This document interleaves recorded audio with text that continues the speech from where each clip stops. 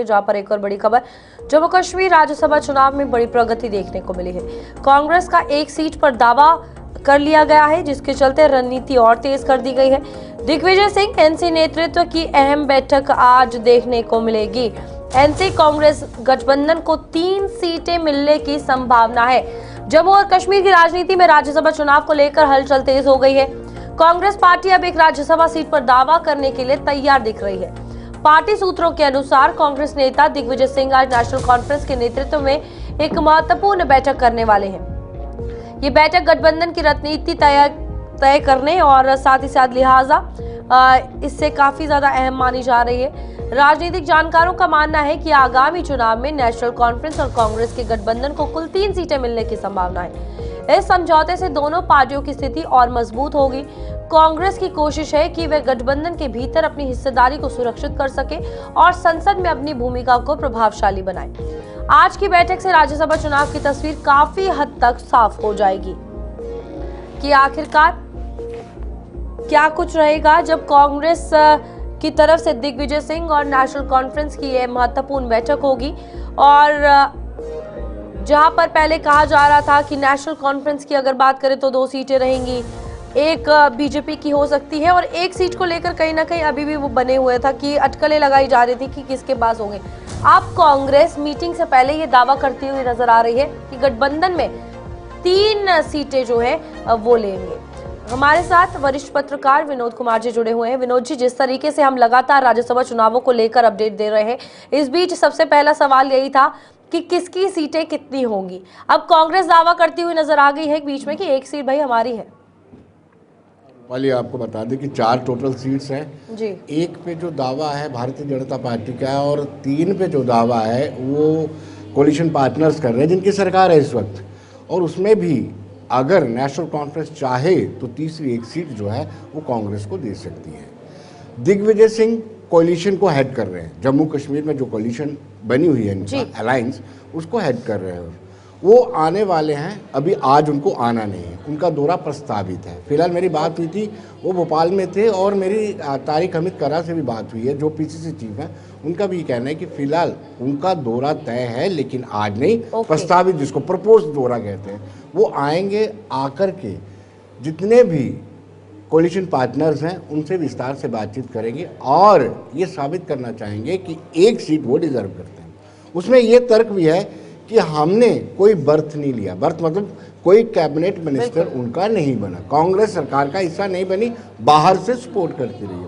अब उनका एक राइट बन जाता है कि एटलीस्ट राज्यसभा में हमें एक सीट चाहिए ही चाहिए। उस राइट को जताने के लिए दिग्विजय सिंह आएंगे। कब आते हैं ये दौरा मेरे ख्याल में 10 के बाद ही होगा फाइनल, या 10 के करीब हो सकता है। आएंगे, बातचीत करेंगे। दूसरा, जो 2 सीटें बड़गाम और नगरोटा वाली बनी है उसमें कैसे लड़ा जाएगा।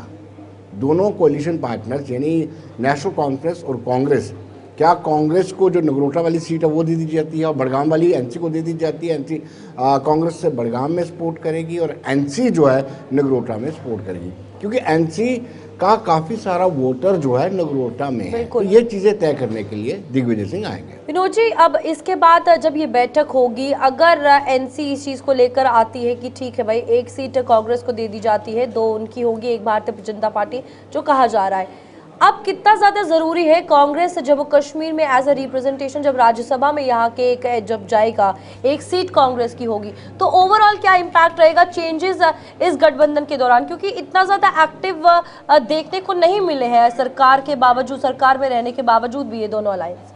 बिल्कुल रूपाली, आपने बहुत बढ़िया सवाल पूछा आपने कि जो 24 को चुनाव होने हैं, जो राज्यसभा के 24 को चुनाव होने उससे पहले नॉमिनेशन फाइल किया जाना है। नॉमिनेशन फाइल करने में अगर कांग्रेस के उम्मीदवार को जगह नहीं दी जाती है तो it means there is a wedge between coalition partners. बिल्कुल, नेशनल कॉन्फ्रेंस और कांग्रेस के बीच में खाई है और वो खाई बिल्कुल क्लियर हो जाएगी। हालांकि रफ्ता रफ्ता अभी भी आप देखिए दोनों अलग यानी पैरेलली स्ट्रगल कर रहे हैं। किस बात को लेकर के कि फुल फ्लेज स्टेटहुड का दर्जा मिलना चाहिए। कांग्रेस अपने हिसाब से चल रही है, एनसी अपने हिसाब से चल रही है। एनसी थ्रेट भी कर रही है कि हम रिज़ाइन कर देंगे, हम कोलिशन बीजेपी का पार्टनर नहीं बनेंगे। और कांग्रेस ने हर जिला स्तर पर प्रोटेस्ट किए हैं कि जो वादा केंद्र सरकार ने किया उसको पूरा किया जाए। और अगर राज्यसभा में कांग्रेस को टिकट नहीं दिया जाता है, एक उम्मीदवार नहीं खड़ा किया जाता है कोलिशन पार्टनर की तरफ से, वो वेज और बढ़ जाएगा, जो खाई है और बढ़ जाएगी। वो बिल्कुल, ये बात बिल्कुल सही है कि खाई बढ़ेगी, लेकिन जिस तरीके से बात आई कि कैबिनेट मिनिस्टर्स नहीं दिए गए, अब ये बहुत ज़रूरी है कि कांग्रेस अगर डिमांड करती है तो देना पड़ेगा। अगर एनसी ऐसा नहीं करती है, इफ बाय चांस, तो क्या सवाल बड़े खड़े होंगे? क्योंकि कहीं ना कहीं अलायंस में तो है, ये दोनों गठबंधन तो है इन दोनों पार्टीज का। देखिए रूपाली, होता क्या है कि एक के पास ज़्यादा नंबर है, एक के पास मात्र 6 है। जिसके पास नंबर कम हो गए, एटलीस्ट उसको पोलाइटली रिक्वेस्ट करनी पड़ेगी। अगर बराबर बराबर होते तो दिग्विजय सिंह या तारिक करा बिल्कुल खुलकर बात करते, भाई हमारा हिस्सा बनता है। अब ये रिक्वेस्ट करने वाली बात ही है कि हमने प्रीपोल अलायंस किया था, आपके साथ प्रीपोल अलायंस किया था, और आप जीते कितनी, 6 सीटें जीते, और एनसी के पास ज़्यादा हैं। इसलिए अब जो भी करना है, रिक्वेस्ट करना है, और रिक्वेस्ट के साथ साथ ये भी है कि कोलिशन जो बना हुआ है इंडिया ब्लॉक, उसका नेशनल प्रोस्पेक्टिव में भी उसका एक असर। ठीक है विनोद जी, बहुत बहुत शुक्रिया ज्वाइन करने के लिए। तो एट द एंड देखने वाली बात यह है कि अब कांग्रेस और साथ ही साथ एनसी की इस मीटिंग के बाद क्या कुछ निकलेगा। जो दावा कांग्रेस कर रही है, क्या एनसी उस पर खरा उतरेगी? और नंबर गेम की बात है, जिस तरीके से विनोद जी ने कहा।